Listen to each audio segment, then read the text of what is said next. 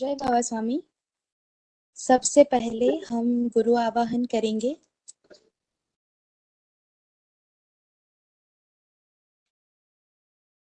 ओ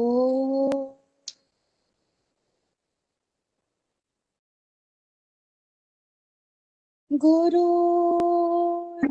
ब्रह्मा गुरु विष्णु गुरु देवो महेश्वरा गुरु साक्षात् परब्रह्मा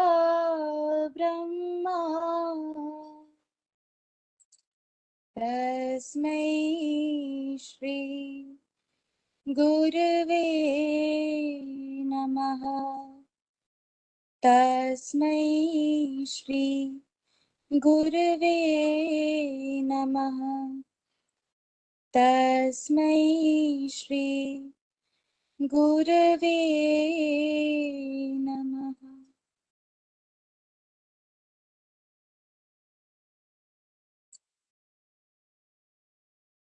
सभी को जय बाबा स्वामी। आज के चौथे सत्र में आप सभी का हृदय से स्वागत है। आज का जो सेशन है वो लेने वाले हैं डॉक्टर धारा जादव जी। तो सबसे पहले आपको चलिए उनके बारे में थोड़ी सी जानकारी दे देती हूँ। डॉक्टर धारा जादव जी ने एमडी किया है आयुर्वेद में। इंटरनेशनल सेमिनार 2000 में उन्होंने गोल्ड मेडल हासिल किया है। नॉर्मल लेबर के ऊपर उन्होंने काफी रिसर्च किया है। 2 साल का यूपीएससी गवर्नमेंट जॉब का एक्सपीरियंस और 20 साल का गुजरात गवर्नमेंट जॉब का उनको एक्सपीरियंस रह चुका है। उनका काफी वाइड वर्क एक्सपीरियंस है। उन्होंने Ayurveda medical officer, panchakarma, physician के साथ साथ काफी सारे कॉलेजेस में एज अ लेक्चरर भी उन्होंने कार्य किया है। नेशनल और इंटरनेशनल सेमिनार्स में उन्होंने अपने रिसर्च पेपर्स को प्रेजेंट किया है और साथ ही साथ उन्होंने गर्भधान संस्कार एवं आयुर्वेद के ऊपर काफी टॉक भी दिए हैं। समर्पण आश्रम महुडी में एक्स कमिटी मेंबर वो रह चुकी है। 2015 से वह ध्यान कर रहे हैं और फिलहाल जोनल संकुल आचार्य नॉर्थ गुजरात के वो हैं और साथ ही में नॉर्थ गुजरात में महसाणा में खेरवा में आयुर्वेदिक मेडिकल हॉस्पिटल में वह अभी कार्य कर रही है, अपना योगदान दे रहे हैं। तो चलिए आज हमें बहुत कुछ उनसे जानने को मिलने वाला है, समझने को मिलने वाला है। तो हम सभी मिल के हृदय से उनका स्वागत करते हैं।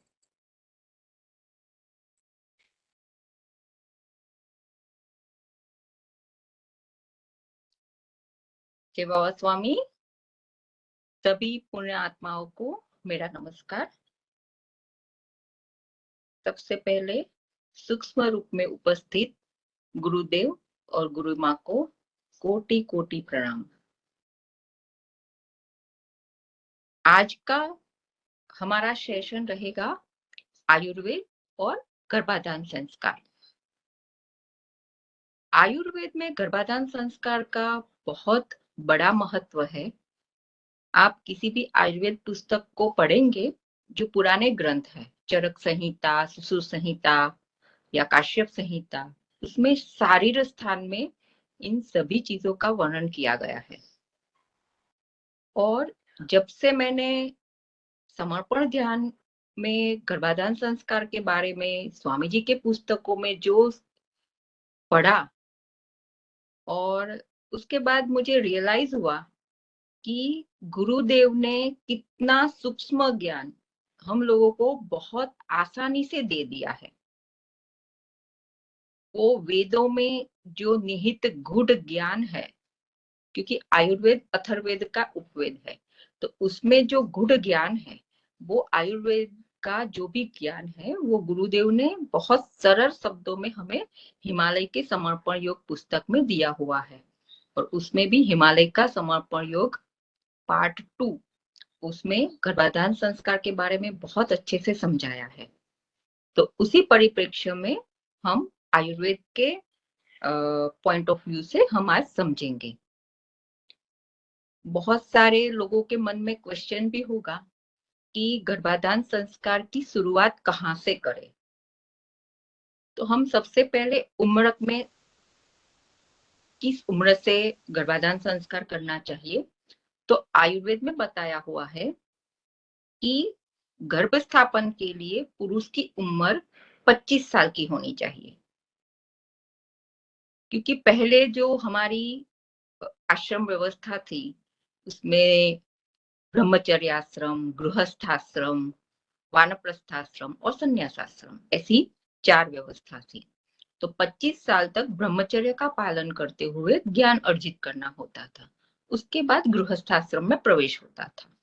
लेकिन आयुर्वेद में स्पष्ट उल्लेख है कि 25 साल से पहले या कम उम्र में अगर हमारी ब्रह्मचर्य का पालन नहीं होता है, तो उसका बहुत अच्छा उदाहरण दिया हुआ है कि जैसे सूखा हुआ तालाब, सूखे हुए तालाब में थोड़ी अल्प मात्रा में पानी होता है और सूर्य की गर्मी होती तो वो कैसा सूख जाता है। ऐसा पुरुष के शरीर का कार्य हो सकता है। यानी 25 साल से पहले गर्भाधान के लिए स्पष्ट मना किया हुआ है कि 25 साल के बाद आप संतान प्राप्ति के लिए, गर्भाधान संस्कार के लिए आप आगे बढ़ सकते हैं। उस समय कन्या को जल्दी विवाह होते थे और ज्यादातर लड़कियां 12 साल या 16 साल के बीच में तो उनका मेंस्ट्रुएशन पीरियड शुरू हो जाता है।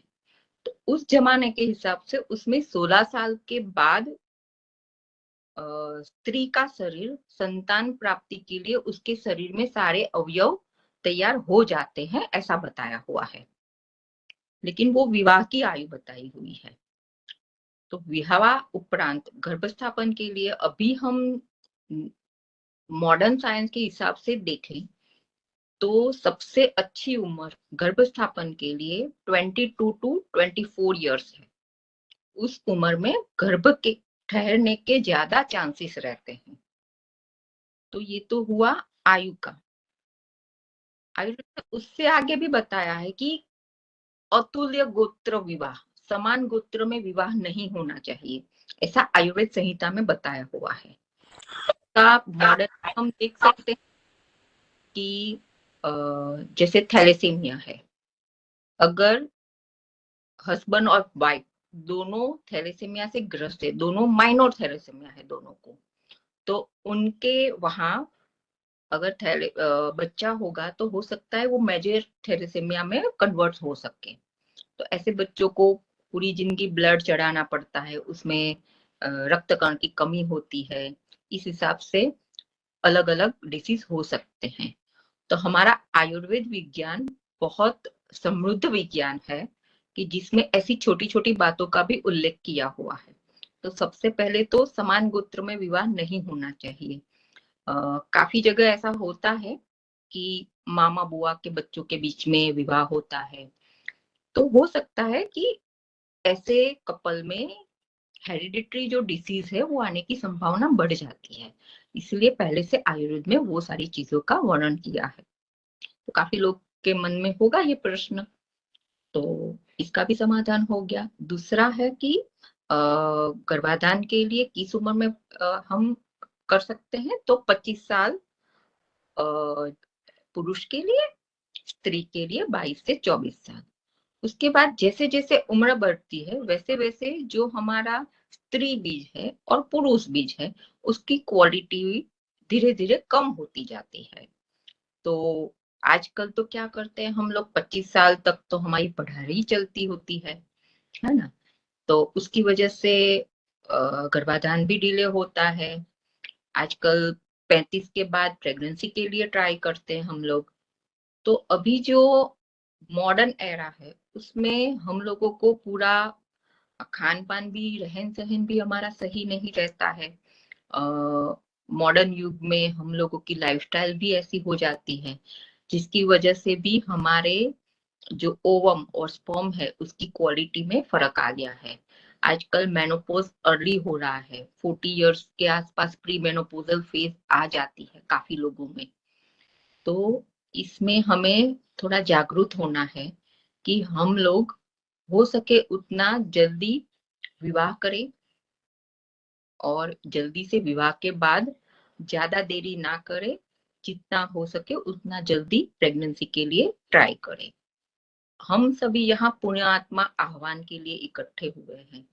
अगर एक पुण्य आत्मा को आह्वान करना है तो उसके लिए दो मेन चीज है, एक स्वस्थ शरीर और एक दिव्य आत्मा, पुण्य आत्मा। तो सबसे पहली बात हम शरीर की करेंगे आयुर्वेद के हिसाब से। तो स्वस्थ शरीर की परिभाषा ऐसी दी हुई है आयुर्वेद में कि उसके सारे दोष अच्छे हों। जैसे हमारे शरीर में वायु पित्त कफ होते हैं, हम सबको पता है कि हमको थोड़ी सी एसिडिटी हो जाती है, हम बोलते मेरे में पित्त बढ़ गया, मुझे जलन हो रही है, मेरा पित्त बढ़ गया। जब सर्दी जुकाम होता है, मेरे में कफ बढ़ गया, गैस की तकलीफ होती है, मेरे में वायु बढ़ गया। लेकिन प्राकृतिक वायु पित्त कफ की भी प्रकृति होती है, किसी की वायु की प्रकृति, किसी की कफ की, किसी की पित्त की।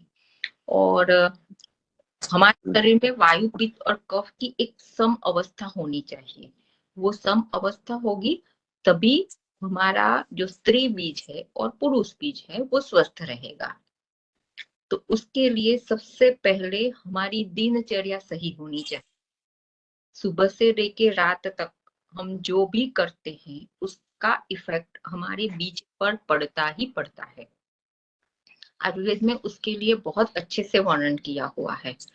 जैसे सुबह का समय है वो कफ का है, दोपहर का समय पित्त का है, और शाम का समय है वो वायु का है।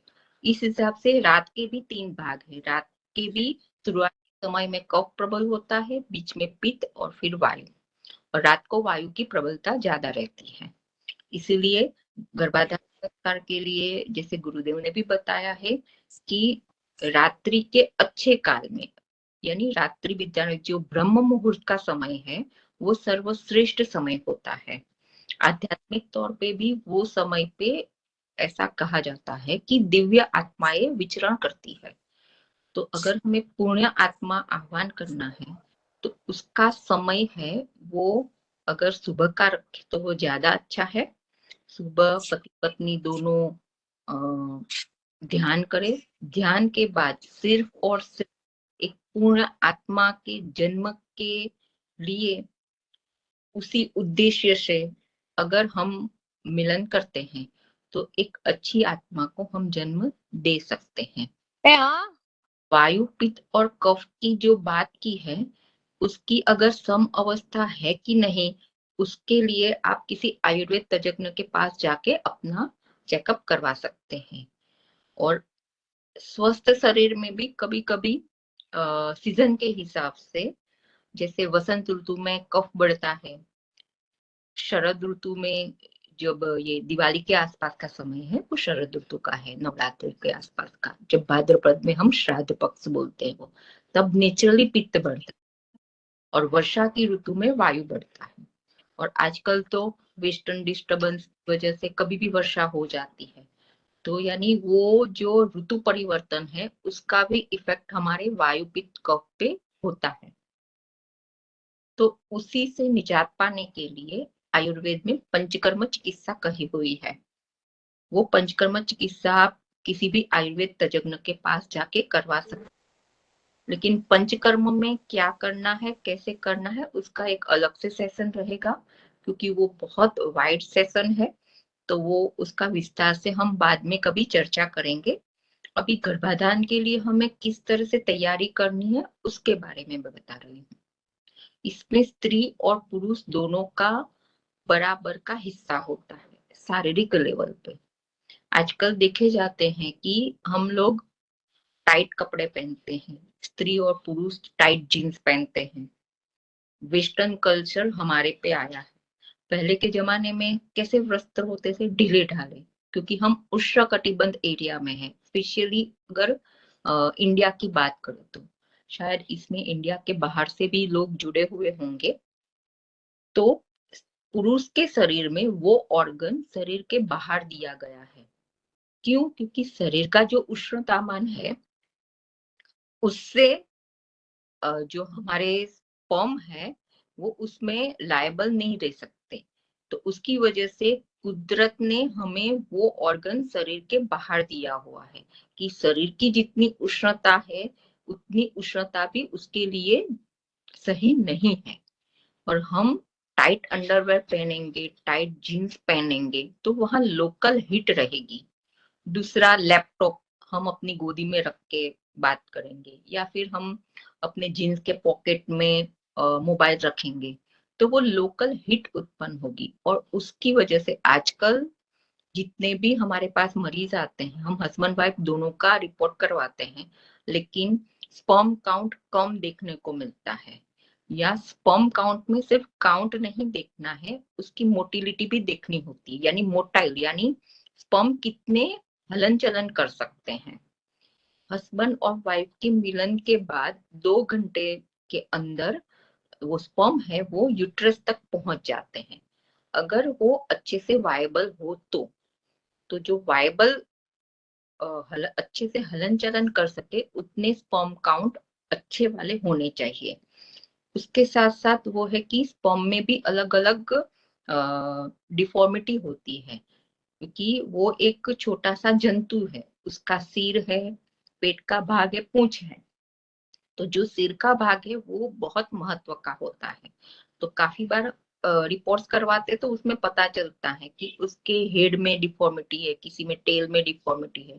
तो अच्छे नॉर्मल हेल्दी स्पर्म की क्वालिटी होनी चाहिए। तो उसके लिए आयुर्वेद में पूरा वाजीकरण अध्याय दिया हुआ है। वाजीकरण अध्याय मतलब कि पूरा पंचकर्म करवाने के बाद ऐसी औषधियां दी जाती है जिसकी वजह से स्पर्म की क्वालिटी क्वांटिटी अच्छी रहती है। उसको वाजीकरण चिकित्सा कही जाती है। वो भी आयुर्वेद हॉस्पिटल में और आयुर्वेद चिकित्सा के पास आप जाके उसका चेकअप करवा सकते हैं। अब जब हस्बैंड और वाइफ प्रेगनेंसी के लिए तैयारी करते तो सबसे पहले हमें कुछ रिपोर्ट्स करवाने होते हैं। उसमें वाइफ के तो बहुत सारे रिपोर्ट होते हैं, लेकिन हस्बैंड का सिर्फ एक ही रिपोर्ट होता है, वो है स्पर्म एनालिसिस, जिसको हम जो शुक्राणु का रिपोर्ट कहते हैं। तो 3 से 5 दिन तक ब्रह्मचर्य का पालन करने के बाद वो रिपोर्ट करवाना होता है। तो वो रिपोर्ट के आधार पर हमें पता चल जाता है कि 50% जो है रोल जो पिता का होता है वो क्लियर है कि नहीं। लेकिन काफी बार ऐसा होता है कि कपल हमारे पास आते हो, हम पहले बोलते कि आप पहले हस्बैंड अपना रिपोर्ट करा दे, तो हस्बैंड का थोड़ा ईगो रहता है कि मैं क्यों कराऊं रिपोर्ट, ऐसा मेरे में कोई तकलीफ नहीं। ऐसा नहीं है। फिजिकल लेवल पे अगर आपको तकलीफ ना हो, लेकिन अंदर क्या है वो हमें जब रिपोर्ट कराएंगे तभी पता चलेगा।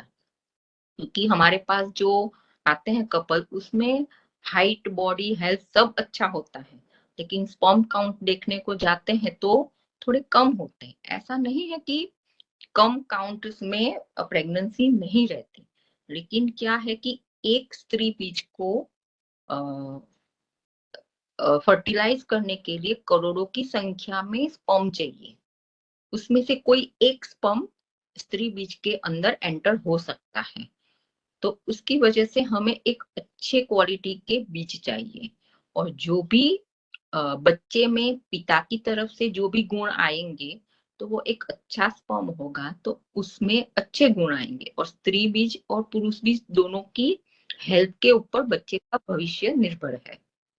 गुरुदेव जैसे कहते हैं ना कि गाड़ी चलाते हो तो गाड़ी भी अच्छी चाहिए, ड्राइवर भी अच्छा चाहिए। खटारा गाड़ी होगी और ड्राइवर अच्छा होगा तो भी गाड़ी नहीं चलेगी, और गाड़ी एकदम से अच्छी होगी लेकिन ड्राइवर अच्छा नहीं होगा तो भी वो हमारा सफर अच्छा नहीं होगा। इस तरह से हमारे शरीर में भी ये चीज बहुत मायने करती है। हस्बैंड और वाइफ दोनों की शारीरिक, मानसिक, आध्यात्मिक स्थिति उसका आयुर्वेद में वर्णन किया हुआ है कि जब शुक्र और आर्तव यानी स्त्री बीज और पुरुष का मिलन होता है, उस समय जो मन होता है वो वायु से प्रवृत्त होकर अपने पूर्व जन्म के कर्म के आधारित गर्भ में जीव प्रविष्ट होता है। यानी शुक्र और स्त्री बीज के संयोग के बाद जीवात्मा उसमें प्रवेश किस तरह से करता है कि वो मन के अधीन और पूर्व जन्म के संस्कार के अधीन उस गर्भ में प्रविष्ट होता है। इतना विशद डिटेल में पूरा डिस्क्रिप्शन आयुर्वेद संहिता में दिया हुआ है। तो शरीर के साथ साथ मन का भी इतना ही रोल है। इसीलिए पहले से अगर हमें पता है कि हमें यहाँ यहाँ तकलीफ है तो उसका इलाज करेंगे, नहीं तो क्या होगा, हमारे अनकॉन्शियस माइंड में वो चीज रहेगी तो उसका भी इफेक्ट हमारे गर्भाधान पे हो सकता है। दूसरा, स्त्री का तो बहुत बड़ा रोल है। पुरुष का तो सिर्फ एक ये हमने रिपोर्ट करवा लिया, हमको पता चला हमारे स्पर्म काउंट अच्छे हैं। अगर अच्छे नहीं है तो वो बढ़ सकते हैं। आयुर्वेद में वाजीकरण चिकित्सा है, उसमें काफी बार हमारे पास ऐसे पेशेंट आते हैं जो एजोस्पर्मिया होता है, यानी एक भी स्पर्म काउंट नहीं है, लेकिन उनका फ्रुक्टोज टेस्ट अगर पॉजिटिव है तो भी ऐसे पेशेंट में धीरे धीरे स्पर्म काउंट बढ़ते हमें रिजल्ट मिला है आयुर्वेद में। और वो स्पर्म काउंट बढ़ने के बाद अच्छे से कंसेप्शन भी हुआ है और हेल्दी बच्चा भी पैदा हुआ है। लेकिन उसके लिए पूरा पंचकर्म चिकित्सा करवानी होती है।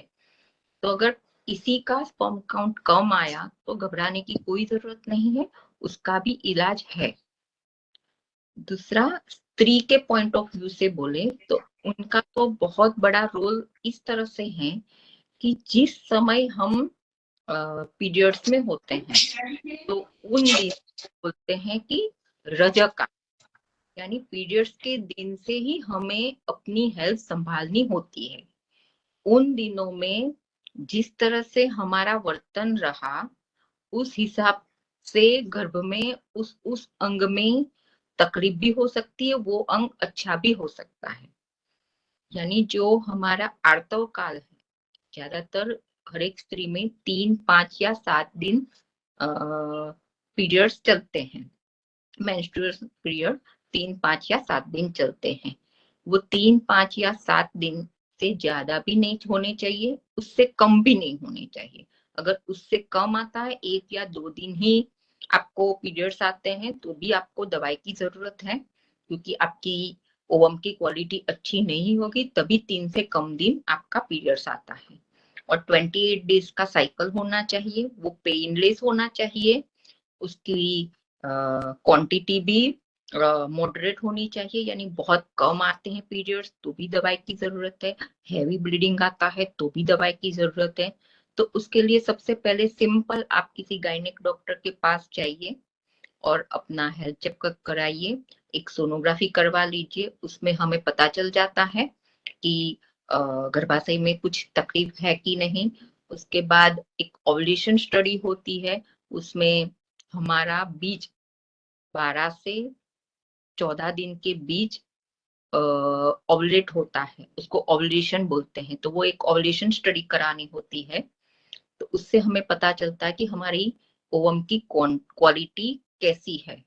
अगर उसमें कोई दिक्कत है तो उसका भी इलाज है, हर एक चीज का इलाज है, लेकिन जितना जल्दी हमें पता चले उतना अच्छा है। आजकल लड़कियों में पीसीओएस ज्यादा देखने को मिलता है। पीसीओएस मतलब पॉलीसिस्टिक ओवरी सिंड्रोम, या पीसीओडी भी बोलते हैं, पॉलीसिस्टिक ओवरी डिजीज।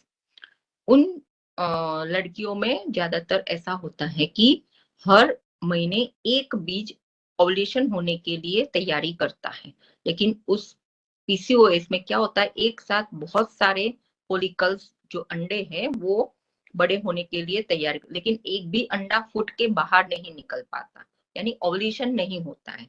तो उसकी वजह से वहां पानी की एक सिस्ट जैसा बन जाता है।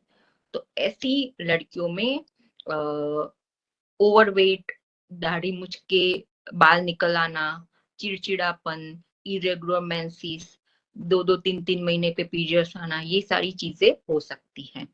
और उसके तह में गए हम लोग तो हमें पता चला कि इरेगुलर लाइफस्टाइल की वजह से ये चीज ज्यादा देखने को मिलती है। पीसीओडी वाले पेशेंट में ज्यादातर लोग देर से उठने वाले हैं। जैसे ब्रह्म मुहूर्त में उठना होता है या सूर्योदय से पहले उठना होता है, लेकिन 8 बजे 10 बजे तक उठते हैं, तो वो समय कफ का काल है, तो कफ विकृत होता है। और दूसरा, रात को देर तक जगते हैं, तो उसमें वायु विकृत होता है। तो कफ और वायु की वजह से ओवुलेशन में बहुत ज्यादा प्रॉब्लम हो सकती है। तो अगर यहाँ जो भी है कपल, उनको मेरी हाथ जोड़ के विनती है, प्लीज रात को 10 बजे आपकी लाइट ऑफ हो जानी चाहिए। रात को 10 से 2 की नींद बहुत ही जरूरी है। सुबह ये मेडिटेशन कीजिए। अगर ऐसा है 4 बजे उठ के आपने मेडिटेशन किया, को नींद आई, उसके बाद योग निद्रा कर लीजिए। बाद में 6 बजे तक उठ जाइए, क्योंकि आजकल 6:30 के आसपास सूर्योदय होता है। और हमें पता है हमारे गुरुदेव हमेशा ही सूर्योदय देखते हैं और सूर्योदय में अपने गुरु को देखते हैं। तो हमें भी उनका अनुकरण करना है कि अगर हम जल्दी उठेंगे। मैं भी हमेशा सूर्योदय देखते समय गुरुदेव को याद करती हूँ और सोचती हूँ कि हाँ, इस समय गुरुदेव भी सूर्योदय को देख रहे होंगे। इस समय भी गुरुदेव सूर्य को नमस्कार करते होंगे, उनके गुरुओं को नमस्कार करते होंगे। तो यहाँ मैं नमस्कार कर रही हूँ, मेरे गुरुदेव को नमस्कार कर रही हूँ, गुरुदेव के गुरुओं को नमस्कार कर रही हूँ। ये हमेशा हमारी हैबिट में डालना चाहिए। और उसके बाद सूर्य को जल चढ़ाना चाहिए। हमारे पास तांबे का कलश हो तो वो ज्यादा अच्छा, क्योंकि सूर्य को जल चढ़ाते समय वो कॉपर के वेसल्स में से जो पानी निकलता है और उसमें से सन की जो रेज है हमारे बदन पे आती है, उसमें से हमें विटामिन डी अच्छे से अच्छा मिलता है। और पोस्ट कोविड विटामिन डी और विटामिन बी 12 सबका ही कम देखने को मिलता है। तो आप उसका भी रिपोर्ट करवाइए। अगर विटामिन डी की कमी है तो सुबह सूर्योदय में थोड़ा टहलिए, सूर्य नमस्कार कीजिए या फिर योगासन कीजिए। कुछ ना हो सके तो सूर्योदय के समय 10 मिनट आप बाहर सूर्य की धूप में बैठिए। इतना तो हम कर ही सकते हैं। दूसरा, जो लाइफस्टाइल डिसऑर्डर है उसमें हमारा खान पान भी इतना ही महत्वपूर्ण है। आजकल हम अपना इंडियन रेसिपी को भूल गए हैं और अलग अलग रेसिपी हम ले रहे हैं। जैसे चाइनीज फूड है, तो चाइनीज फूड में जो अजीनोमोटो होता है वो एबॉर्शन करने में महत्वपूर्ण उसका रोल है। उसकी वजह से हमें वो चीज अच्छी तो लगेगी, लेकिन हमारे हेल्थ को बहुत नुकसान पहुंचा रही है, हमारे ओवम को बहुत नुकसान पहुंचा रही है। तो हम हेल्थी फूड खाए, वो ज्यादा अच्छा। आयुर्वेद में स्पष्ट वर्णन है कि अगर गर्भाधान करना है तो उस समय पुरुष को चावल, घी और दूध का आहार लेना चाहिए। यानी हम बोल सकते हैं कि खीर बना के खाइए रोज, लेकिन दूध और चावल डाइट में लेना चाहिए। और स्त्री के लिए बोला है तिल और मांस यानी उड़द, अड़द, उसको संस्कृत में माशौ कहते हैं कि वो अड़द यानी उड़द की दाल, और उसको तिल के तेल के साथ लेनी है। तो आप तिल के तेल का चौका लगा के, उसका तड़का लगा के उड़द की दाल आप खा सकते हैं। या फिर दही वड़े में जो उड़द के वड़े बनाते हैं तो वो ले सकते हैं। क्योंकि स्त्री और पुरुष दोनों के जो दोष है और जो गुण है दोनों का संगम होना चाहिए। तो स्त्री में जो ओवम है वो पित्त प्रकृति का है। तो उसकी वजह से अगर हम ये तिल के तेल में उड़द की दाल बना के खाएंगे तो हमारे ओवुलेशन में वो मदद करेगा। जो ओवुलेशन हमारा अगर देर से हो रहा है या अच्छे से नहीं हो रहा है तो उसमें वो मदद करेगा। और स्पर्म की बात की तो वो शीत प्रकृति का है। हमने बोला ना कि शरीर की गर्मी से भी कम टेम्परेचर में वो सरवाइव कर सकता है। तो उसके लिए दूध और चावल और या फिर खीर, लेकिन उसमें गाय का घी और गाय का दूध हो तो ज्यादा अच्छा है। तो ये हम जब भी गर्भाधान संस्कार की तैयारी करें तो हमारे ब्रेकफास्ट में इतना होना चाहिए। तो इससे हम स्पर्म और ओवम की क्वालिटी अच्छी कर सकते हैं। दूसरा, रजस्वला परिचर्या यानी पीरियड्स के दिन में हमें क्या करना चाहिए उसका स्पष्ट विस्तृत में आयुर्वेद संहिताओं में बताया गया है।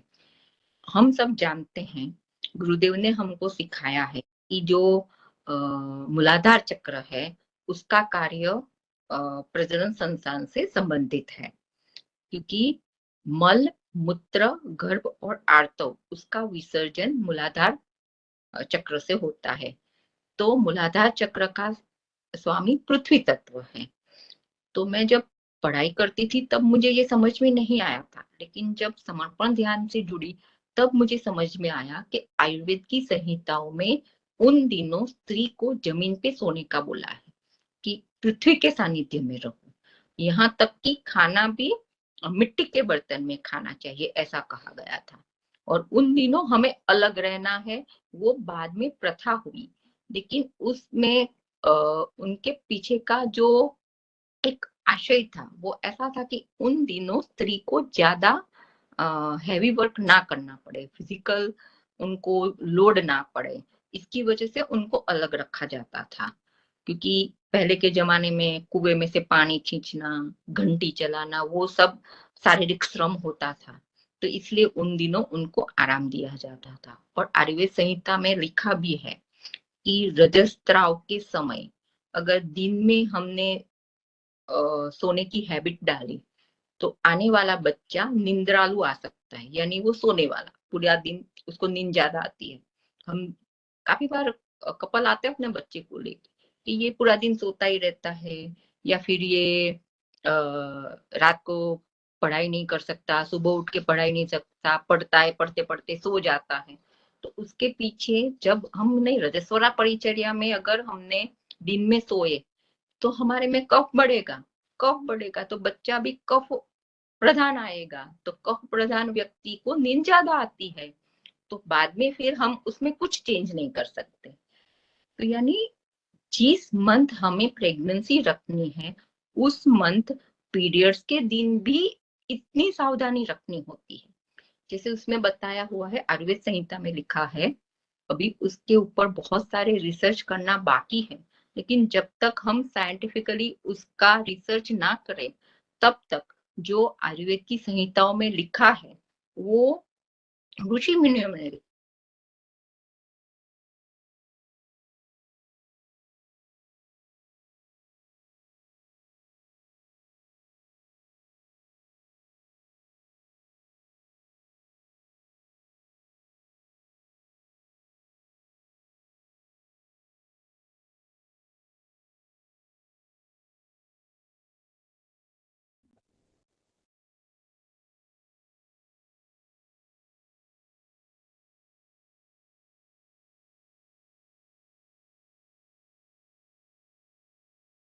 जय बाबा स्वामी दीदी, आपकी आवाज नहीं आ रही है।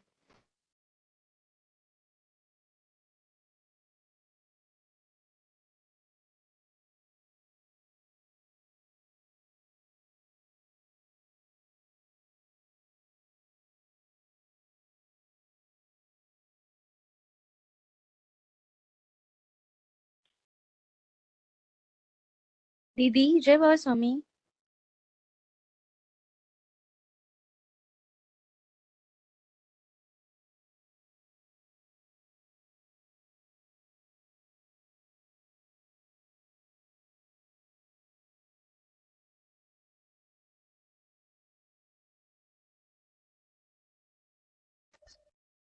जय बाबा स्वामी। शायद धारा दीदी के वहाँ कुछ नेटवर्क इश्यू है, तो वो हमसे जल्द ही जुड़ेंगे। तभी तक मैं सबको बता देती हूँ कि आपको अगर ये जो अपना सत्र शुरू है उसमें धारा दीदी से कुछ प्रश्न करने हैं तो आप चैट बॉक्स में अभी से डालना शुरू कर दीजिए, ताकि जब भी दीदी का सत्र खत्म हो तो वो हम दीदी को पूछ सकें। तब तक दीदी हमारे साथ ज्वाइन हो जाएंगी।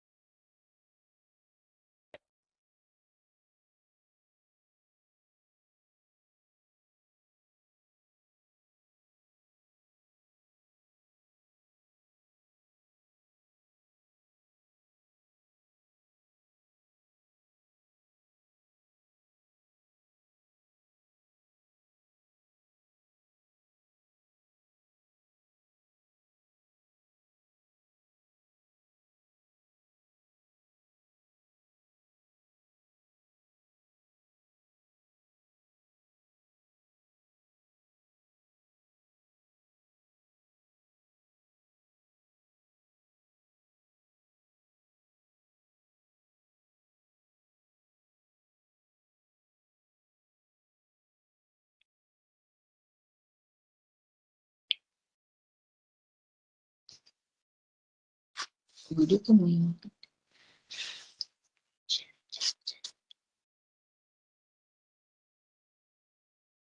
हेलो जय बाबा स्वामी, मेरी जी आ आवाज रही हाँ है। स्वामी। जी जी जी हाँ आ जी आ रही रही है है। आपकी हाँ आवाज। दीदी, जय हो स्वामी। आपको आवाज आ रही है हमारी? हाँ आ रही है, आ रही है।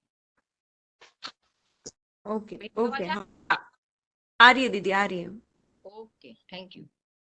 हाँ, आप कंटिन्यू कर सकते हैं। ठीक ठीक, सॉरी फॉर इंटरप्शन। हाँ, जैसे मैंने बताया कि आर्तव काल के दिनों में, रजस्त्राव के दिनों में हमें क्या क्या सावधानी बरतनी है। उसके बाद आगे आयुर्वेद में बताया है कि पुत्रेष्टि यज्ञ करना होता है। तो हमें पुत्रेष्टि यज्ञ के बारे में नहीं मालूम, तो हम नजदीक के कोई भी हमारे आश्रम में जाके हम वो यज्ञ करवा सकते हैं। पुत्रेष्टि यज्ञ नहीं, लेकिन जो भी हमारे आश्रम में यज्ञ होते हैं तो वो करेंगे, तो उससे चित्त शुद्धि होगी। और चित्त शुद्धि के बाद हम अगर गर्भाधान संस्कार के लिए प्रयत्न करते हैं तो बहुत अच्छे रिजल्ट आ सकते हैं। क्योंकि वो जो अग्नि में जो समिधा दी जाती है, उसके जो कण है वो वातावरण में फैलते हैं और वो कहीं ना कहीं हमारे हार्मोनल लेवल पे इफेक्ट करते हैं। तो पुत्रेष्टि यज्ञ करना चाहिए। उसके बाद गर्भाधान के लिए कौन से आसन में गर्भाधान करना चाहिए वो भी आयुर्वेद संहिता में बताया हुआ है। सुपाइन पोजीशन में गर्भाधान के लिए तैयारी करनी चाहिए। उसके लिए ऐसा कहा गया है आयुर्वेद की जब हम शयन के लिए तैयारी करें तो पुरुष का दाहिना पैर पहले आगे करना चाहिए और स्त्री का बाया पैर। हम जानते हैं सूर्य नाड़ी और चंद्र नाड़ी, है ना, हम सब मेडिटेटर है ज्यादातर। तो पुरुष को दाहिने पैर से शयन के लिए तैयारी करनी है, पलंग के ऊपर लेना है स्त्री को दाएं पैर से। और स्त्री को पुरुष के राइट साइड पे सोना है और स्त्री को नीचे होना है, पुरुष ऊपर होना चाहिए। काफी बार हम लोग फॉरेन कल्चर को अपनाते हैं, लेकिन उसमें डिटेल में डिस्क्रिप्शन किया हुआ है कि अगर राइट साइड सो के लेफ्ट लेटरल पोजीशन में सोएंगे तो पित्त बढ़ेगा, राइट लेटरल पोजीशन में सोएंगे तो कफ बढ़ेगा। स्त्री अगर ऊपर की तरफ होगी तो वो नपुंसक पैदा हो सकता है, या फिर पुरुष होगा तो वो स्त्री सहज गुण वाला होगा। स्त्री जन्म लेगी तो पुरुष सहज गुण वाली होगी। ये सारा डिटेल में दिया हुआ है। यानी स्त्री को सुपाइन पोजीशन में स्त्री नीचे होनी चाहिए, पुरुष ऊपर होना चाहिए। ये सिर्फ और सिर्फ पुण्य आत्मा आह्वान के लिए सारी दंपति है, इसलिए डिटेल में मैं ये बता रही हूँ कि हमें किस तरह से हमारी जो पोजीशन है वो कैसी होनी चाहिए। उसमें क्या होता है कि जो शुक्र होता है वो शीत प्रधान है और आर्तव होता है वो आर्तव अग्नि प्रधान है। तो सोम और अग्नि का मिलन करना है। सोम और अग्नि के मिलन से उस समय हमारा जो मन है उसके अनुरूप जो वायु है वो जीवात्मा को गर्भ में प्रवेश करने के लिए आह्वान करती है। ऐसा डिटेल में डिस्क्रिप्शन दिया हुआ है। तो ये सारी चीजें हमें बहुत ध्यान रखनी चाहिए। और किन दिनों में गर्भाधान के लिए तैयारी करनी चाहिए वो दिन भी बताया हुआ है। आयुर्वेद संहिता में बताया है कि पीरियड्स के दिनों में ब्रह्मचर्य का पालन करना चाहिए। काफी लोग ऐसी प्रैक्टिस करते हैं, लेकिन काफी बार इसमें भी चूक हो जाती है। ज्यादातर चूक हस्बैंड की तरफ से होती है ना। तो पीरियड्स के दिनों में पूरा ही ब्रह्मचर्य का पालन करना है।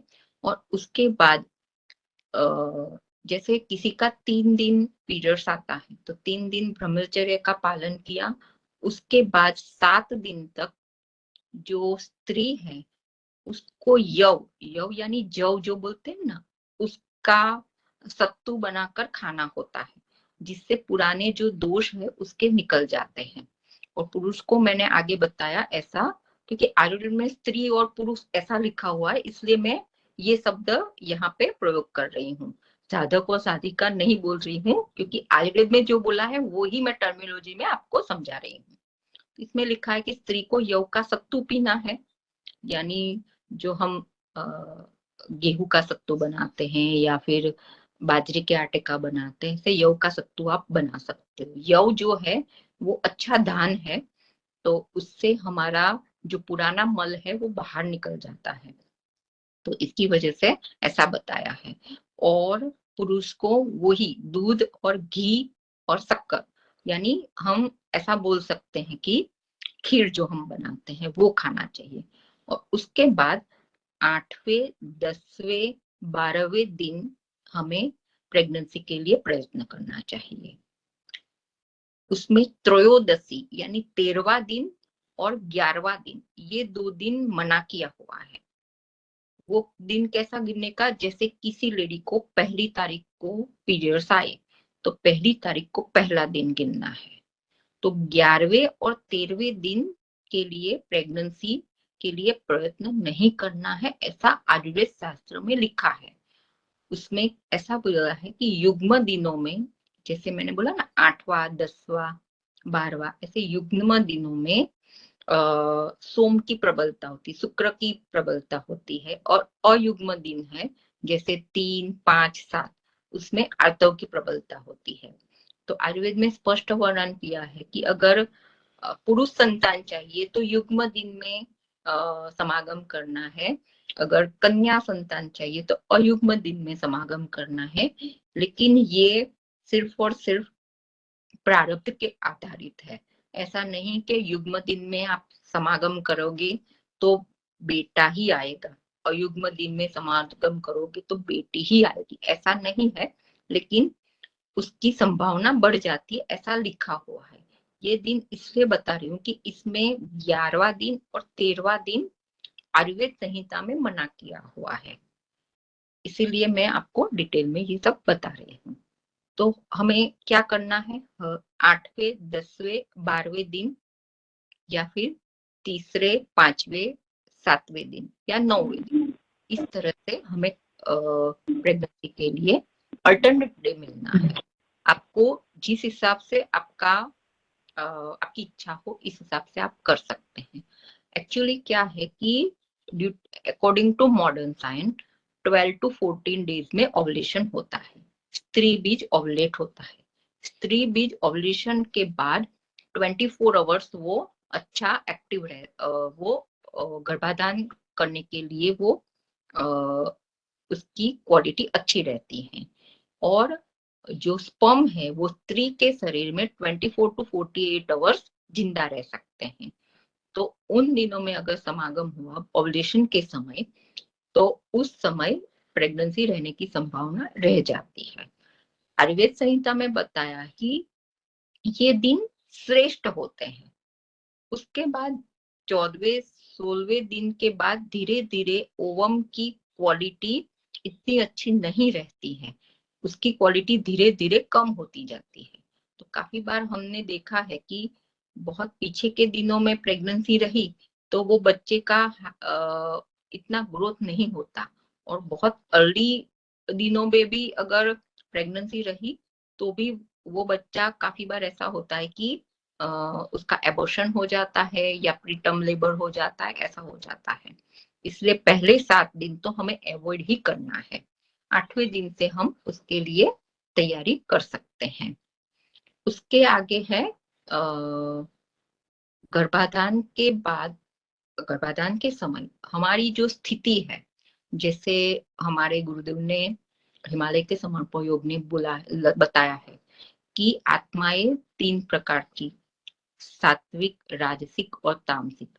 आत्मा तो शुद्ध और पवित्र ही है, लेकिन उसके साथ जो पूर्व जन्म के कर्म है उस हिसाब से उसके कर्म के हिसाब से सात्विक, राजसिक और तामसिक गुण है उसके साथ होते, क्योंकि मन के बिना यानी पूर्व जन्म के कर्म के बिना किसी भी जीव का जन्म हो ही नहीं सकता।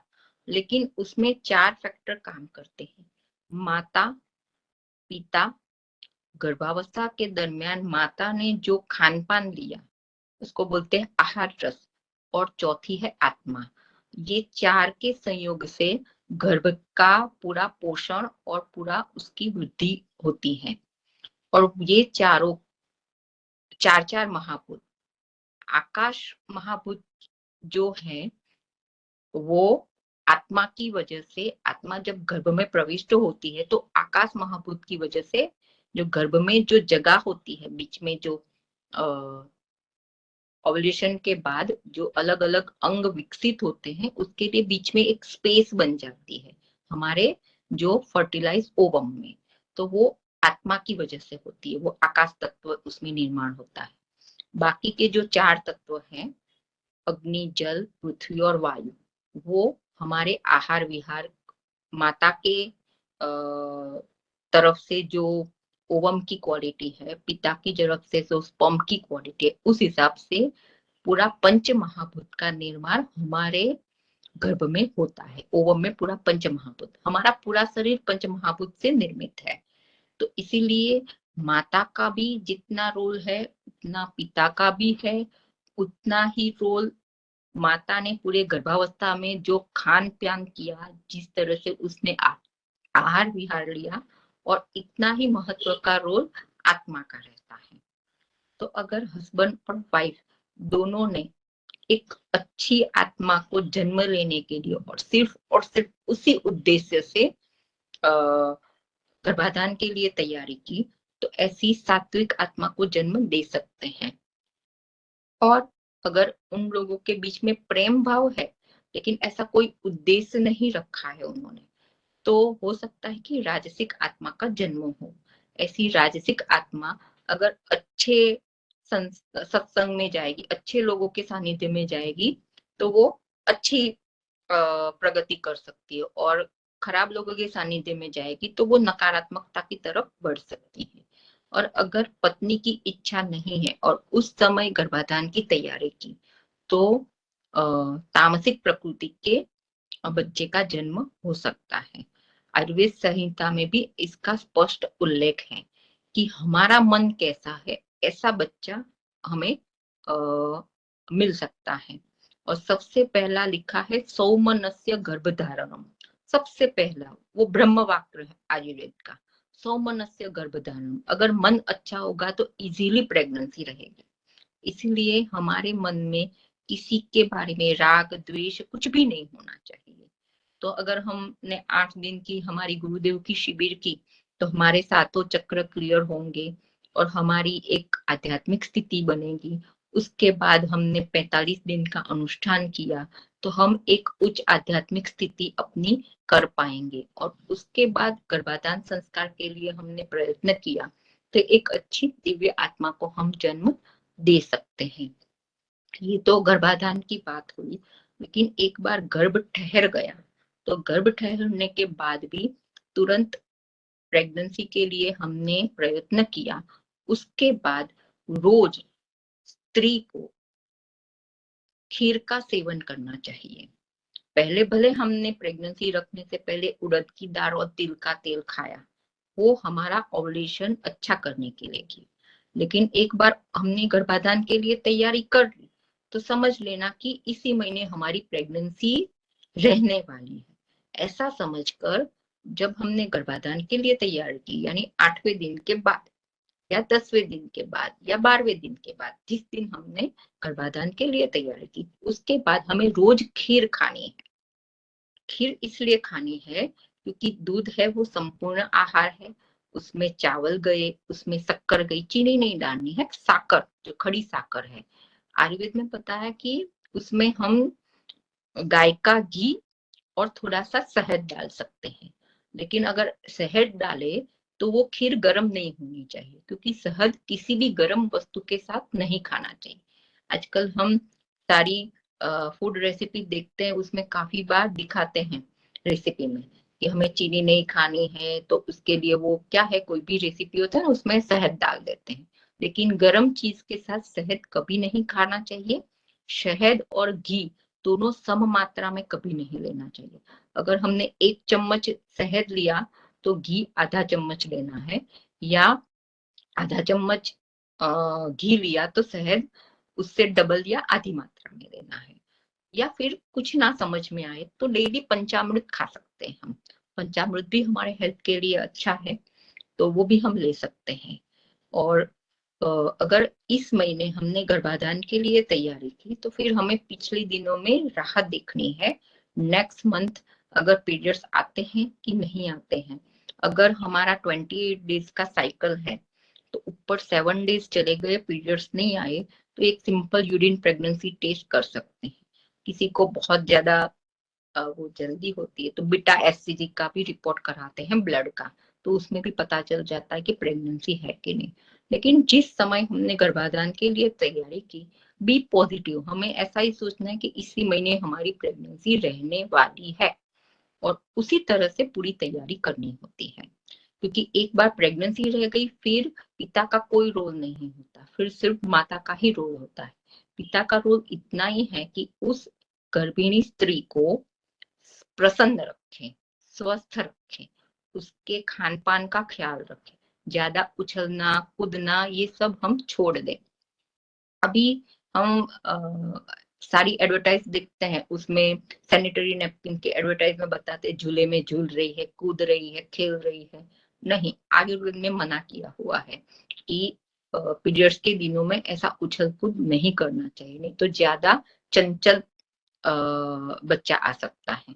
इसी तरह से पूरी गर्भावस्था के दौरान हमने कैसा खाया कैसा पिया उसका इफेक्ट बच्चे पे होता है। उसका एक बहुत अच्छा उदाहरण है कि मेरी एक पेशेंट थी, उसको क्या था कि गर्भावस्था में नींद नहीं आती थी, तो पूरी रात नहीं सोती थी, दिन भी इधर उधर निकल जाता था, लेकिन शाम को 6-7 बजे ना उसको नींद आती थी। वो हमेशा प्रेगनेंसी में शाम को 6 बजे से रात को 10 बजे तक सोती थी, फिर 10 बजे उठ के उल्ली की तरह पूरी रात जागती थी। मैंने उसको बहुत समझाया कि एक आध दिन तुम शाम का सोना छोड़ दो तो रात को ऑटोमेटिक नींद आ जाएगी, अपनी बायोलॉजिकल क्लॉक ठीक कर लो। लेकिन उसको समझ में नहीं आया या फिर उसने उसका इतना अच्छे से नहीं पालन किया। उसके बाद वो अपने बच्चे को लेके आई, मैडम अब तो मैं बच्चे के पीछे थक जाती हूँ, मुझे रात को नींद भी आती है, लेकिन ये सोने ही नहीं देता, ये पूरी रात जागता है। मैंने बोला तुमने जो गर्भावस्था में किया वही बायोलॉजिकल क्लॉक तुम्हारे बच्चे की हुई, तो अब वो रोज शाम को सोएगा, रोज रात को तुमको जगाएगा। तो यानी गर्भावस्था में हमने जो जो चीजें की उसका पूरा इफेक्ट बच्चे पे होता है। यहाँ तक कि हमने प्रेगनेंसी रखने से पहले किस प्रकार के बच्चे की आकांक्षा की, तो आयुर्वेद में बताया है कि रजस्राव के पश्चात अपने पति का दर्शन कीजिए या देव दर्शन कीजिए या गुरु का दर्शन कीजिए, तो आप जिस प्रकार का बच्चे की सोच रखेंगे ऐसा बच्चा आएगा। हमें पता है बहुत सारे उदाहरण भी हैं कि हमने जैसा बच्चा सोचा इस तरह का रूप रंग वाला बच्चा आ सकता है।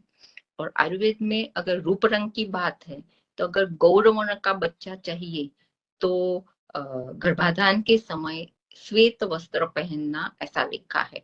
श्वेत वस्त्र जो चद्दर है वो भी श्वेत होनी चाहिए, श्वेत पुष्प की माला पहननी चाहिए।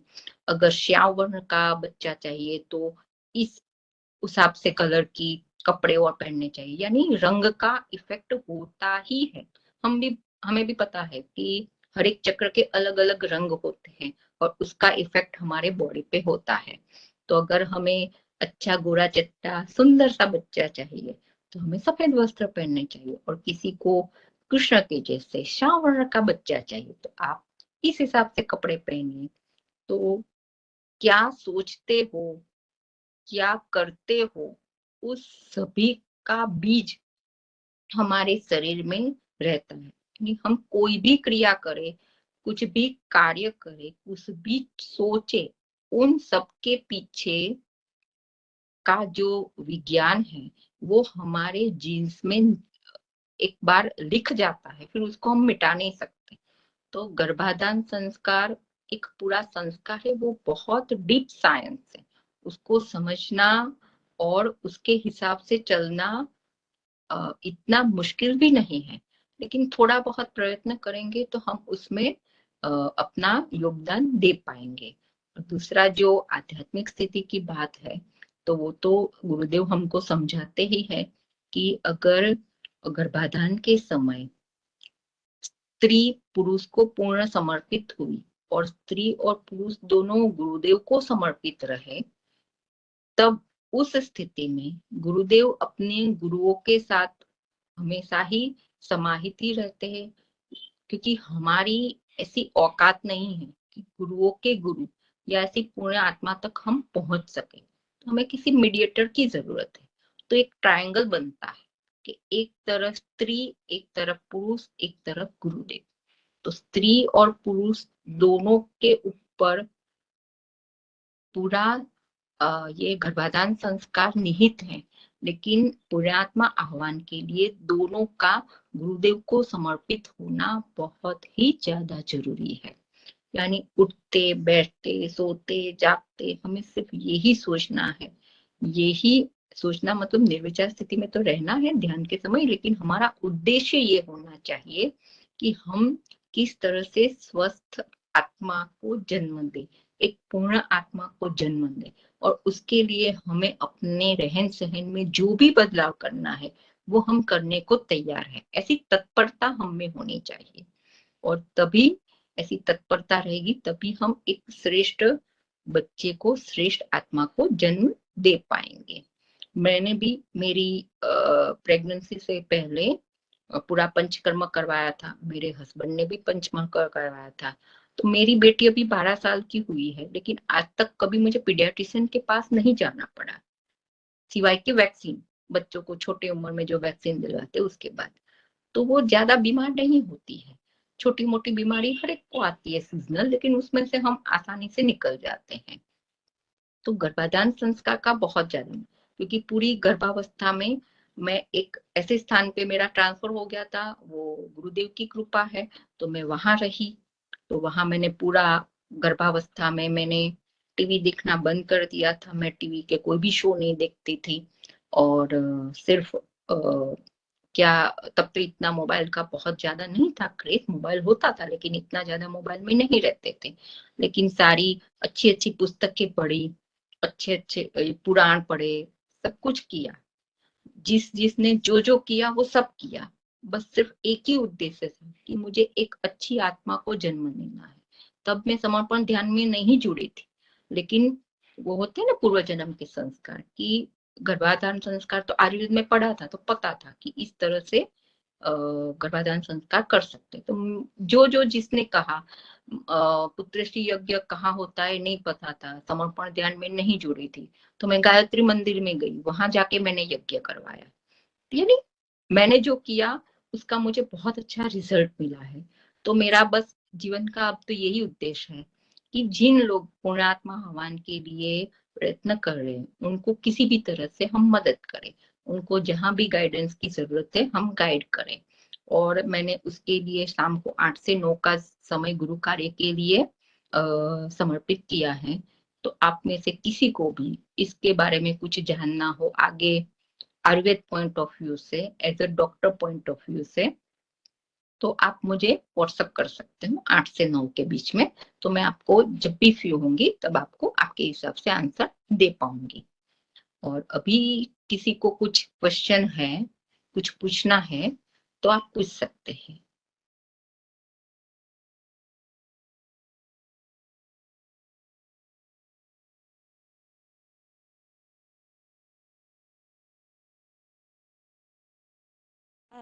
जय बाबा स्वामी। एक जिसी को भी अगर क्वेश्चन पूछना है तो वो चैट बॉक्स में लिख दीजिए, और तब तक मैं आपसे कुछ सवाल पूछती हूँ जो ऑलरेडी हमारे पास आए हुए हैं। तो जी, पहला सवाल है कि स्पर्म काउंट बहुत कम है, नॉर्मल कंसीव नहीं हो सकता है, आयुर्वेदिक ट्रीटमेंट की है पर पूरी नहीं हुई, तो अब क्या करें, कितना वेट करें और क्या ट्रीटमेंट करें? अच्छा, देखो, स्पर्म काउंट है तो वो बढ़ सकता है, अगर नहीं है तो भी मैंने आगे बताया कि अगर सिर्फ फ्रुक्टोज पॉजिटिव होता है तो भी स्पर्म काउंट बढ़ सकते हैं। अगर कम है तो आयुर्वेद में पक्का उसका इलाज है। मुझे पता है जब तक एलोपैथी में इतना ज्यादा रिजल्ट शायद नहीं है, लेकिन आयुर्वेद पद्धति से उसमें रिजल्ट है।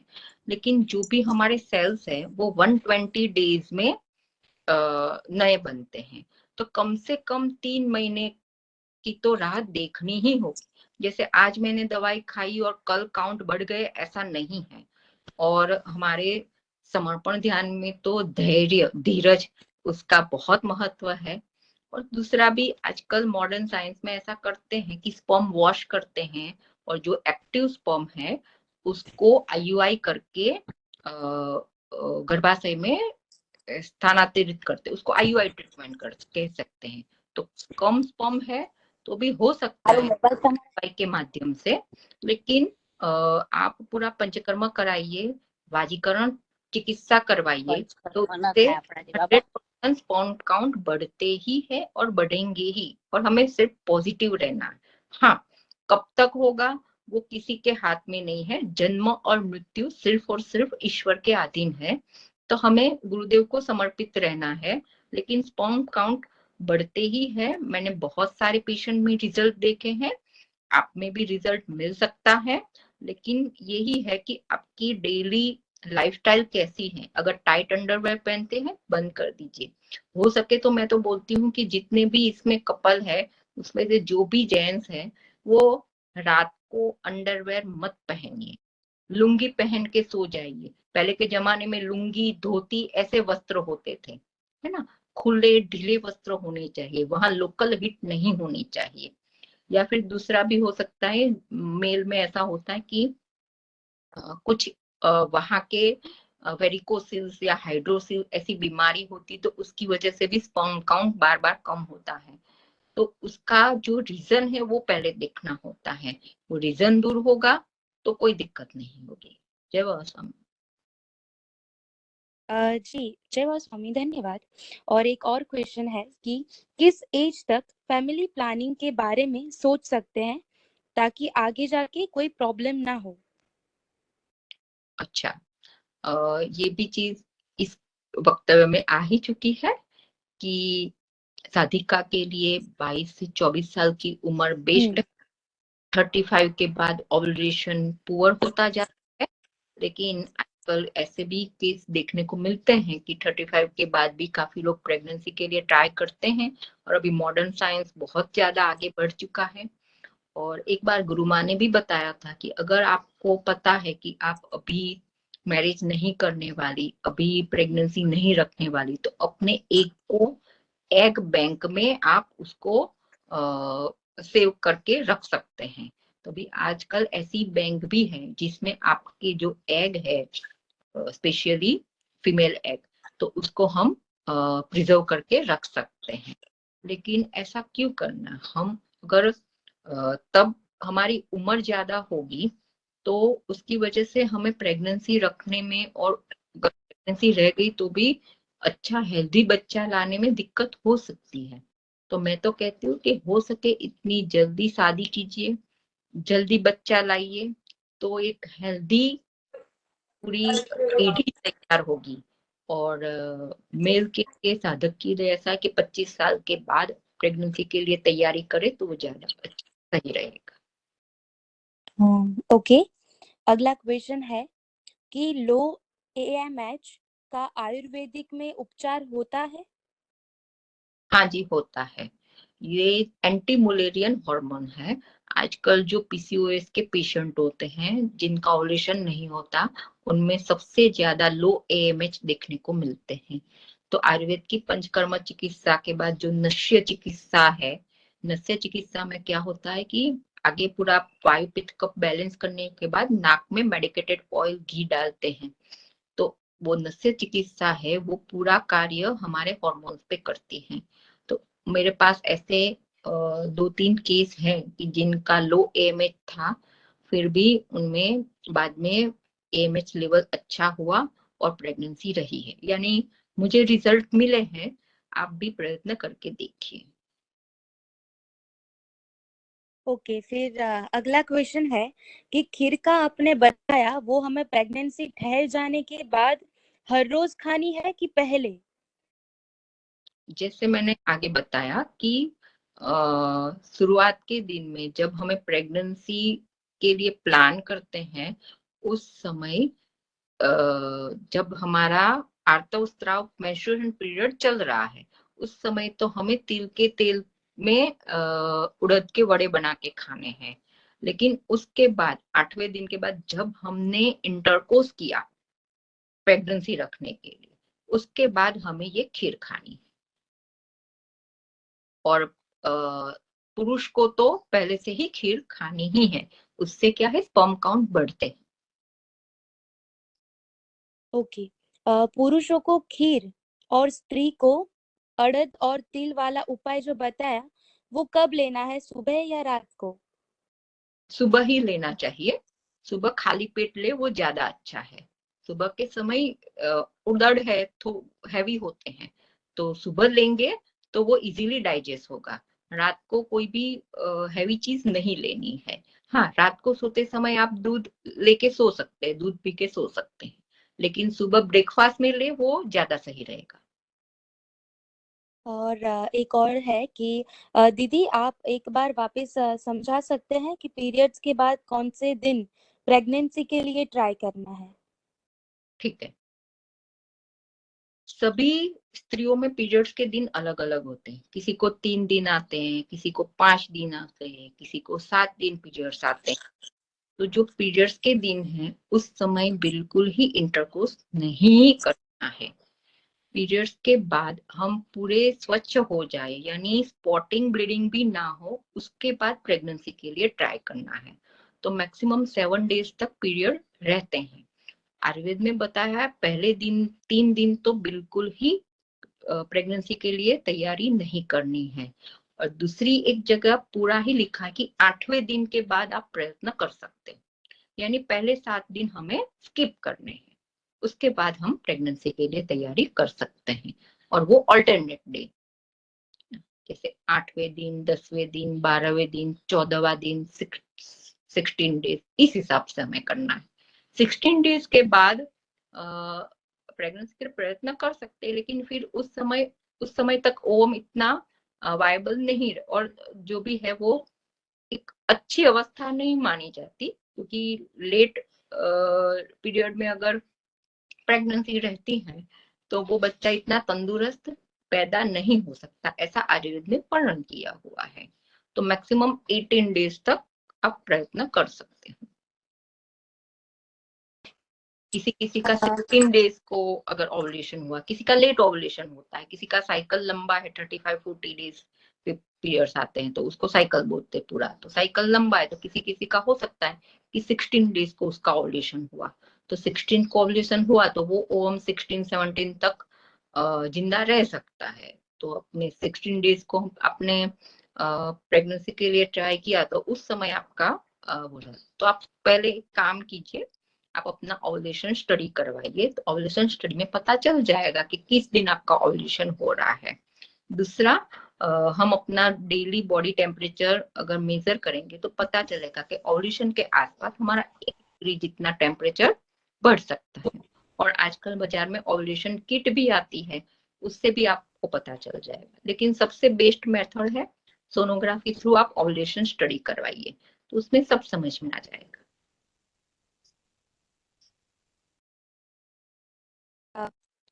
आज के जितने भी सवाल हैं वो अभी समाप्त होते हैं, और जिनको भी अगर पंचकर्म के बारे में कुछ पूछना है तो वो हम अगले सेशन में जरूर से लेंगे।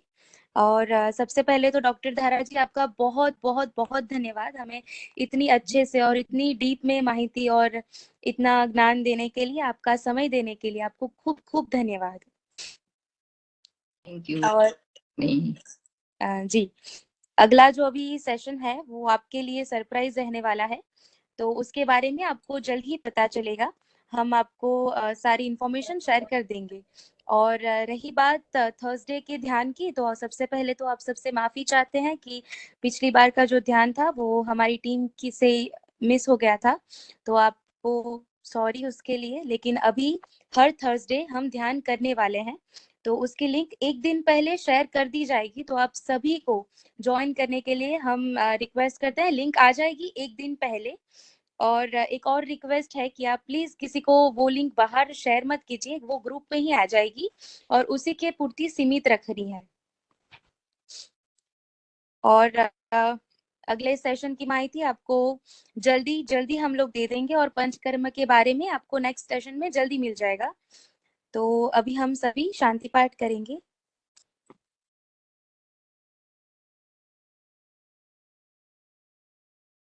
ओम